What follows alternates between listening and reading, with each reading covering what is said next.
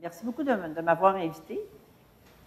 Bon, ce que j'ai pensé de faire, on avait un petit peu convenu que je pourrais parler un peu de ma thèse, puis de la perspective du bien commun dans une perspective mondiale. Puis j'ai pensé, donc, de parler un petit peu des questions qui se posent et de ma question de recherche. Et ensuite, de vous montrer le cadre conceptuel que j'ai développé dans la thèse pour une vision universelle du bien commun. Et troisièmement, très rapidement, de faire passer un certain nombre de réflexions sur santé publique et bien commun, que j'ai dit, ou j'ai défini comme une zone de tension continue.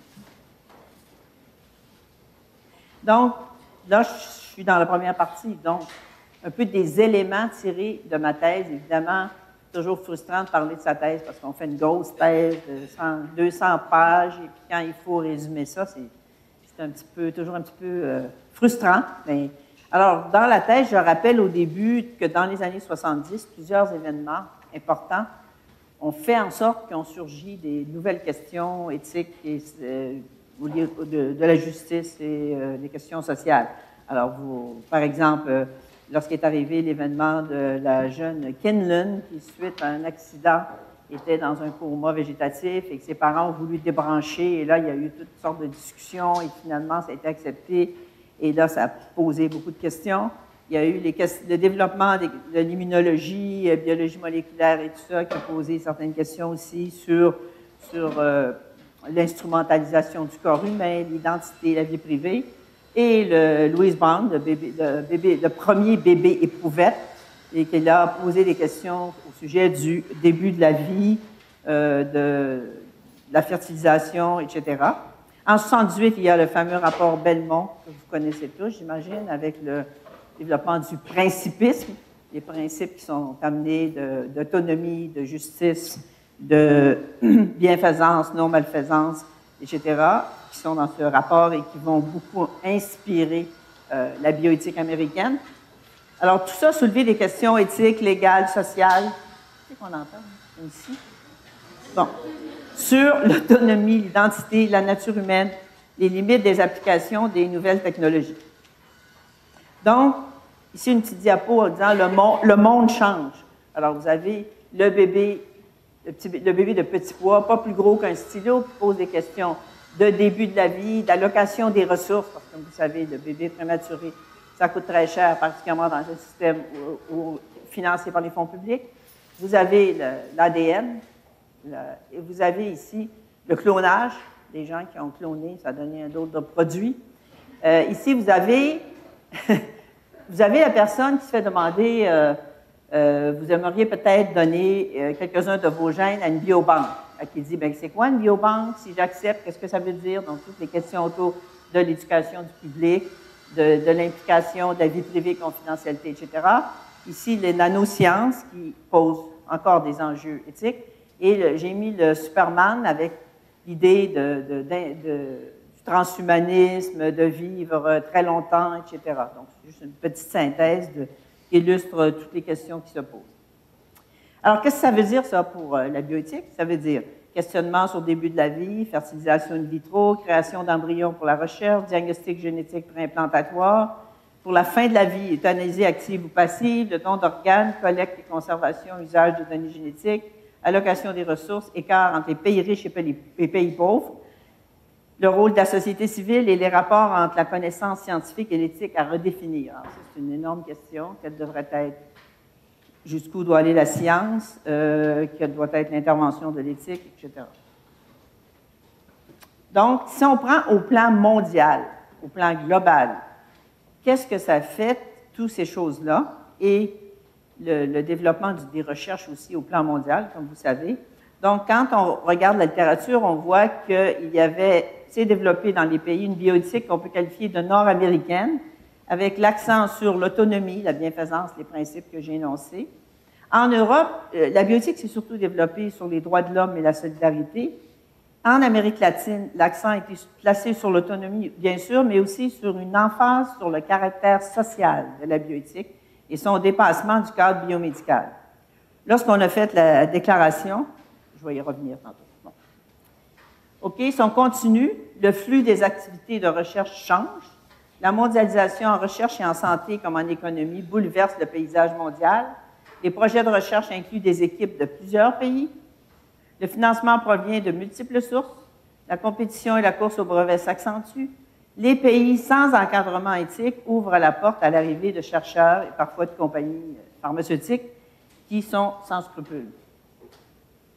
Alors, tout ça a amené ce paysage où vous avez des bioéthiques dont la philosophie et l'approche peut être un peu différente, amener ces pays à devoir être en interaction, étant donné que les chercheurs et les financements viennent de plusieurs pays. La nécessité d'une réflexion renouvelée sur le vivre ensemble et sur la possibilité d'approche planétaire ou encore universelle. Et moi, je me disais un peu, si tout se mondialise, pourquoi pas la bioéthique? Dans l'idée qu'on dit, il y a la bioéthique islamique, la bioéthique africaine, la bioéthique ci, il me semble qu'il y a un piège, il m'a toujours semblé qu'il y avait des rapprochements à faire, même si les grands principes pouvaient s'incarner de façon différente dans différents contextes. Alors, l'UNESCO, à un moment donné, avec son directeur général, qui était à l'époque le docteur Federico Mayor, s'est impliquée en bioéthique. Elle s'était toujours un peu impliquée dans les questions d'éthique, de par son acte constitutif qui appelait à la solidarité des peuples, et a pris en charge l'élaboration de textes normatifs en bioéthique et a produit 3 déclarations. Vous les avez ici. La première, c'était la Déclaration universelle sur le génome humain et les droits de l'homme. La deuxième, la Déclaration internationale sur les données génétiques humaines. Et la troisième, où j'ai présidé le comité qui l'a préparé, la Déclaration universelle sur la bioéthique et les droits de l'homme. Donc, question qu'on peut se poser, oui, c'est beau faire ces textes-là, est-ce que ça a vraiment une portée universelle? Là-dessus, dans ma thèse, j'ai développé le fait que là-dessus, il y a 2 écoles de pensée. Une école de pensée qui dit la bioéthique est basée sur une vision nord-américaine et européenne et ne peut pas être universelle. Une autre école qui dit la bioéthique permet d'avoir des instruments universels. Alors, c'est un peu là-dessus que j'ai travaillé. La portée du contenu des textes normatifs de l'UNESCO, alors ça, c'est un extrait de la thèse.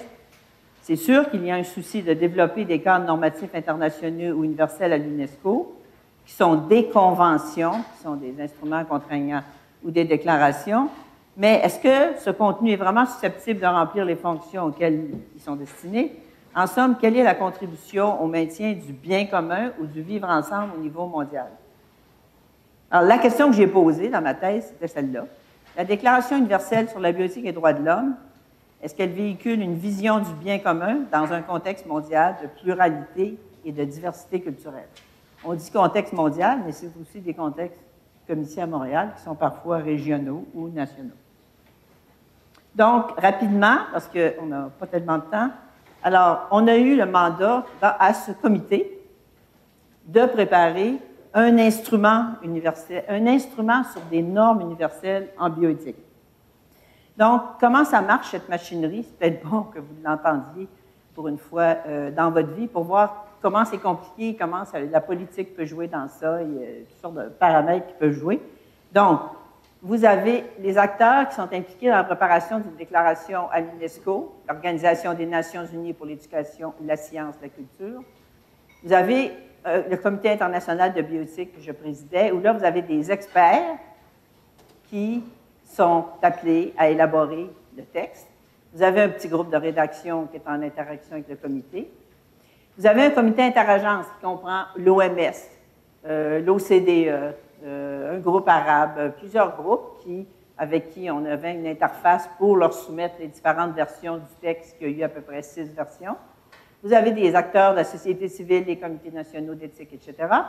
Vous avez un groupe, cette fois-ci, gouvernemental. Là, vous avez 36 membres, comme celui-là, 36 experts, neutres en principe. Et là, vous avez ici des représentants de gouvernement. Il y a 193 pays membres à l'UNESCO qui sont nommés pour interagir avec le comité de bioéthique sur les textes, mais ils n'ont pas l'autorité sur le texte. Ils peuvent dire, ah, dans cette version, on n'aime pas ceci, vous devriez faire ça, mais le comité n'est pas obligé de suivre ce que ce comité dit, mais ça permet d'informer les gouvernements sur l'avancement des travaux.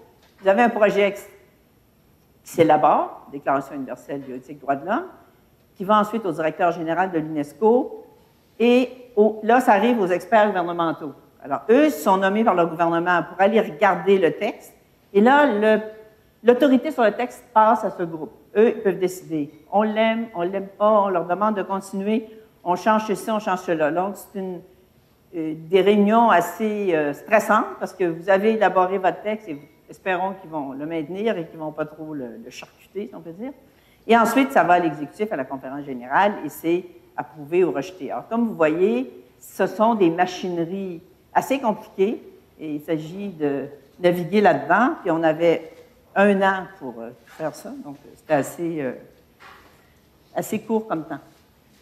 Donc, moi, dans ma thèse, mon intuition de départ, c'était d'explorer l'idée qu'il s'est forgé une vision plurielle et universelle du bien commun au cours de l'élaboration et de l'adoption de la Déclaration. Donc, je me suis dit, ouais, le bien, je suis historienne de formation. Non. Je me suis dit, comment a été défini à travers les siècles le bien? Comment on a vu ça, le bien, vivre ensemble, les rapports entre les hommes, etc., etc.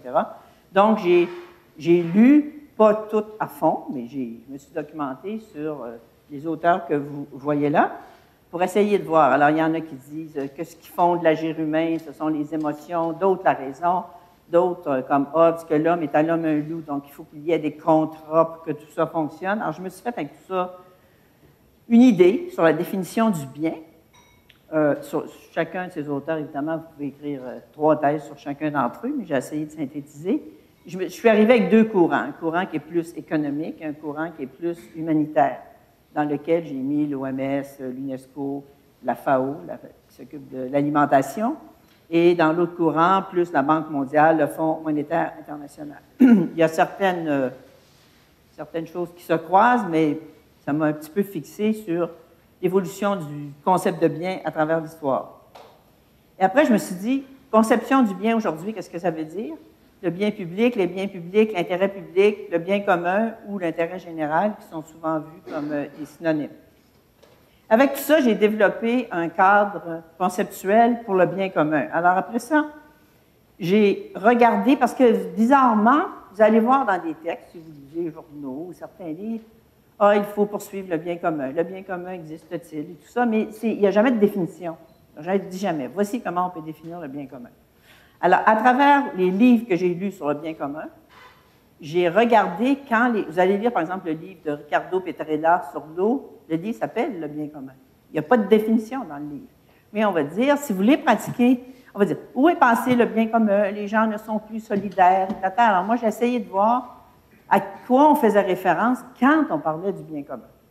Puis avec ceci, j'ai bâti ce modèle. Évidemment, c'est peut-être 60 pages dans la thèse, hein?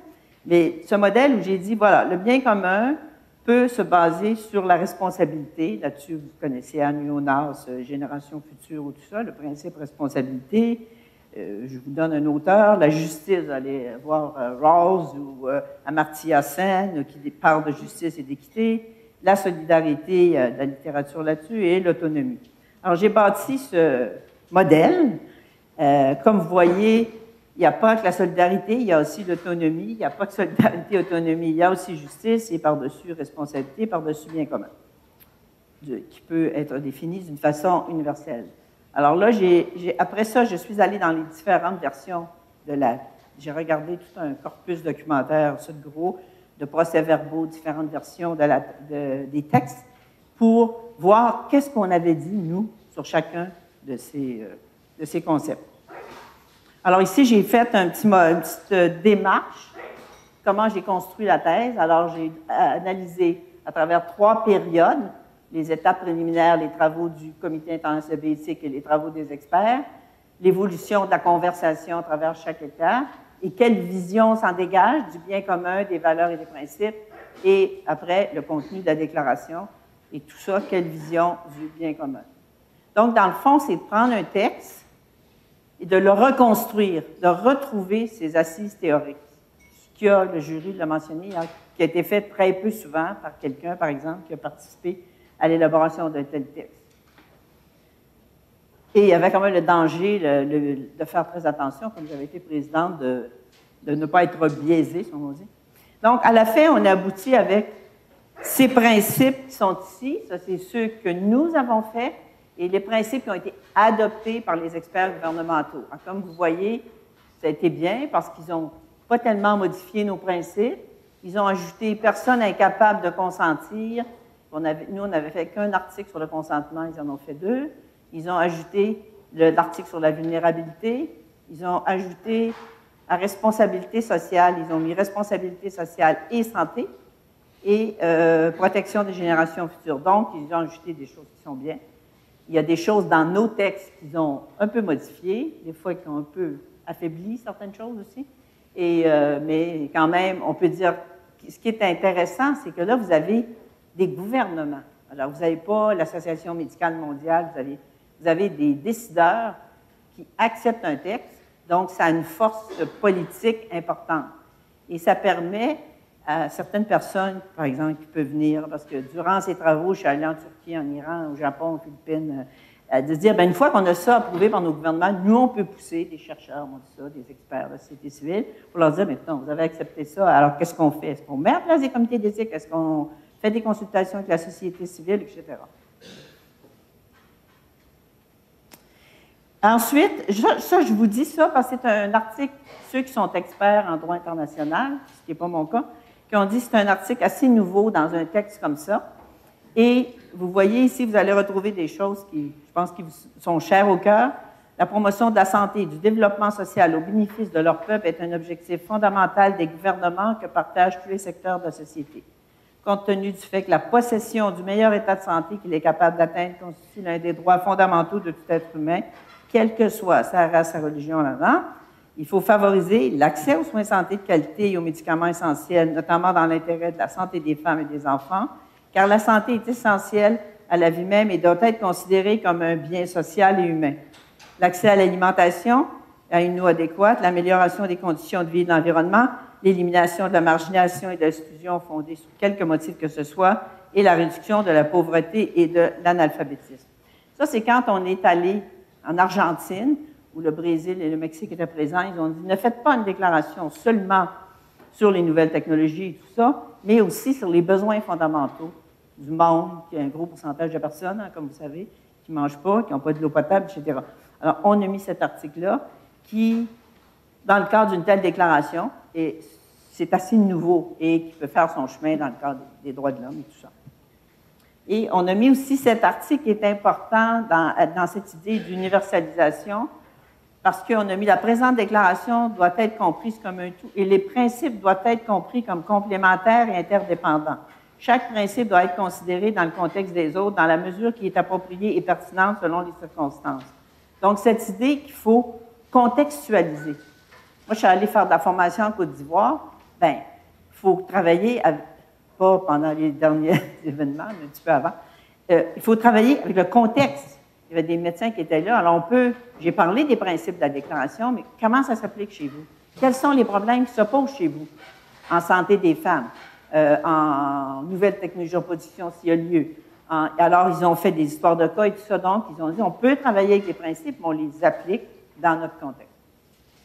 Donc, ça, c'est intéressant parce qu'on n'a pas non plus, au début, on avait hiérarchisé les principes. Voici les plus importants, les moins importants. Et après, on a décidé de ne pas les hiérarchiser, ce qui laisse la flexibilité, par exemple, à un comité d'éthique, de voir quel est le contexte. Bon, dans les conclusions, j'ai remis un petit peu pourquoi j'ai fait ça. Et j'ai dit, je pensais d'avoir démontré que le texte nous place face à un bien commun qui ne se base pas sur une homogénéité des agirs, mais qui ouvre à la diversité et au pluralisme. Bon, alors j'ai mis quelque chose que je pense, quelques lieux où je croyais que ma thèse pouvait être utile pour éduquer les décideurs politiques, définir des conditions générales du respect de l'être humain, collaboration des pays membres, adoption de principes universels respectant la diversité des cultures, etc. Alors là, j'ai mis que ça lançait un appel à de nouveaux modèles de gouvernance, démontrant, je pense que c'est important, la nécessité que les experts et le public imaginent et travaillent ensemble de façon transdisciplinaire. Et évidemment, fournir une aide aux démocraties émergentes. Donc, il y a beaucoup l'idée dans ce texte de la dimension sociale et communautaire de la bioéthique, qui est particulièrement défendu par Daniel Callahan, que vous connaissez peut-être dans What Kind of Life. Alors lui, il soutient que la gestion de la santé doit se faire dans une perspective de bien commun. et que de ce fait, la répartition et sa répartition doivent prendre en compte une perspective de justice distributive, les ressources disponibles, etc. Il a été assez critiqué parce que c'est celui qui disait, par exemple, bien, parfois, on peut décider, et vous connaissez des situations comme ça en santé publique, qu'on va favoriser plutôt telle clientèle que telle autre, qu'on va mettre nos ressources plus là que sur les personnes très âgées, je ne sais pas. Alors, c'est, quand on parle de tension, c'est un peu ça. Donc, au début, lorsque son livre est sorti, il a été assez critiqué parce que, bon, on le voit quand vous faites choisissez qui va recevoir les vaccins en premier, dans tous ces choix qu'il faut faire, où l'on choisit parfois certains groupes plutôt que d'autres, ça fait partie aussi d'une approche du bien commun. Ceux qui en auront le plus besoin, ceux qui vont vivre plus longtemps, etc. Finalement, j'ai ajouté que la biojustice fasse encore l'objet de nombreuses critiques concernant cette définition. La définition, l'extension, la compréhension du concept. Moi, j'ai trouvé en faisant la thèse que la bioéthique est une drôle de bébite, parce qu'elle s'alimente à plusieurs disciplines, le droit, la sociologie, la philosophie, l'anthropologie. Et quand on veut cerner ou qu'on veut la définir, c'est pas évident. Et aussi, dans les pays, il y a des visions. L'Amérique latine, comme j'ai dit, très sociale, voulait mettre l'importance des sciences sociales, et moi aussi, je voulais mettre ça. L'Allemagne, la France, c'est plus encore biomédical. Vraiment, les sciences sociales n'ont rien à voir là-dedans. Donc, on a fait un petit compromis. Quand vous lisez le texte, vous allez voir, ça intéresse les sciences de la santé, visant l'humain dans son environnement social et économique. Donc, c'est une façon de ne pas mettre les sciences sociales qu'on avait mis, mais mettre l'environnement social. Alors, vous voyez le genre de compromis qu'on fait dans ces milieux. Après ça, j'ai essayé de revenir à la santé publique, pas dans ma thèse, mais pour les fins de cette conférence-ci. Alors, la définition de la santé, selon une seule interprétation disciplinaire, est insuffisante. Selon moi, il faut une approche interdisciplinaire qui est indispensable. C'est un petit modèle que j'ai trouvé dans un livre qui s'appelle « Le défi de l'inter- et transdisciplinarité » où là, vous voyez plein de choses que vous connaissez, tous ces liens avec le milieu, les politiques, les carences matérielles et sociales, etc. Tout cet ensemble qui fait partie de la santé publique et qui définit le statut de la santé. Donc, selon moi, à partir de ce que j'ai fait et ce que j'ai lu et tout ça, je trouve que la santé publique, c'est un environnement transdisciplinaire au sein duquel il faut gérer beaucoup de tensions. L'allocation des ressources, le choix des clientèles, etc. Alors, c'est un petit modèle que j'ai développé où on voit la consultation, société civile, corporation, le savoir scientifique, le savoir expérientiel, les pratiques et puis les pratiques professionnelles. Le savoir expérientiel doit, selon moi, faire partie de la construction du savoir. Donc, c'est ça qui fait que d'impliquer la société civile dans certaines choses, les parents, dans certaines choses, différentes clientèles, peut faire en sorte que le chercheur va transformer ses façons de faire, éventuellement va transformer son savoir. Donc, dans tout ce qu'on lit sur la gouvernance ou la gouvernance anticipatrice, il y a cette idée d'intégrer les savoirs expérientiels. Les rapports entre l'éthique et la bioéthique et les décisions politiques qui, en bout de ligne, génèrent les politiques publiques en prenant en compte ces différents éléments-là. Santé publique et bien commun. J'ai pris ici, j'ai mis la complexité des enjeux va en s'amplifiant. C'est vrai que c'est de plus en plus compliqué. Tout ce qu'il y a autour de la naissance, tout ce qu'il y a autour de la fin de la vie. Moi, j'ai eu 4 enfants. Il n'y avait pas d'échographie à l'époque et tout ça. Et je dis souvent à mes enfants, pour vous, les choix sont beaucoup plus compliqués avec tout ce qui se développe. La médecine personnalisée, est-ce que c'est bien? La génétique, la génomique, le secteur où je travaille pas mal. Jusqu'où il faut aller, comment répartir les ressources et toujours la santé publique là-dedans. Je pense qu'il se défend pour qu'on fasse la prévention, la promotion, parce que lorsque je travaillais au gouvernement, souvent, les ministres ont tendance à aller vers des choses qui sont plus visibles rapidement, qui sont moins des études longitudinales, qui disent, c'est quand on va avoir les résultats? Mais attendez un peu, là, il faut faire les consultations, il faut voir, comme plusieurs politiques où j'ai été impliquée. Donc, ils sont souvent dans le court terme. Donc, j'ai une phrase que j'aime bien, il s'agit de créer des liens, de partager des savoirs et du savoir-faire, de gérer des conflits et de définir des moyens pour réaliser des projets de bien commun. Une citation que j'ai trouvée dans le livre sur la transdisciplinarité. Alors, j'ai pris conclusion des conclusions tirées d'un livre qui s'appelle « Bien commun, système de santé ».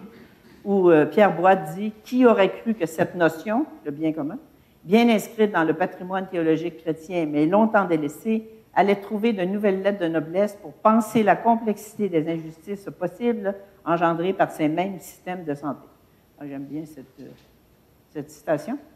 Et voilà.